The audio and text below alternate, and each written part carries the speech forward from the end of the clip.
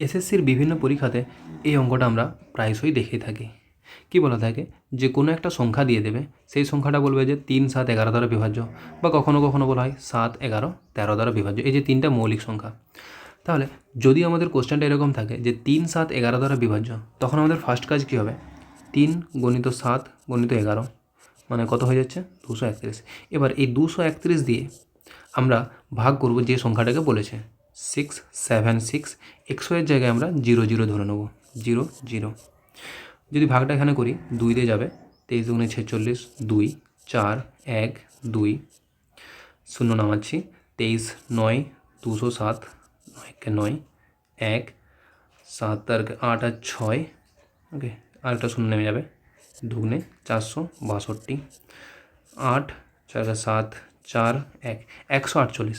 তার মানে আমরা এটা বলতে পারি যদি এই সংখ্যাটাতে 148 কম থাকতো তাহলে এই ভাগটা কমপ্লিট হয়ে যেত এখানে। কিন্তু 148 এখান থেকে বিয়োগ করতে পারি না। যদি 148 বিয়োগ করি তাহলে এই 6 সংখ্যাটা চেঞ্জ হয়ে যাবে।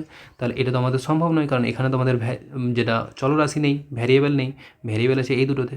তাহলে আমাদের কাজ কী হবে যে 231 থেকে 148 ফার্স্ট বিয়োগ করে নেব। বিয়োগ করলে আমরা কত পেয়ে যাবো? 8 আছে, 8 আর 3, 4 আর 5 আর 8, 83। মানে যদি এই সংখ্যাটাতে আরও 83 অ্যাড হতো তাহলে ওইটা ভাগ করা যেত, তাহলে তখন এটা 3 দিয়ে ভাগ করা যেত কমপ্লিটলি। তার মানে 100 এর জায়গায় কত হবে? 100 এর জায়গায় আমাদের অ্যান্সার হবে কত?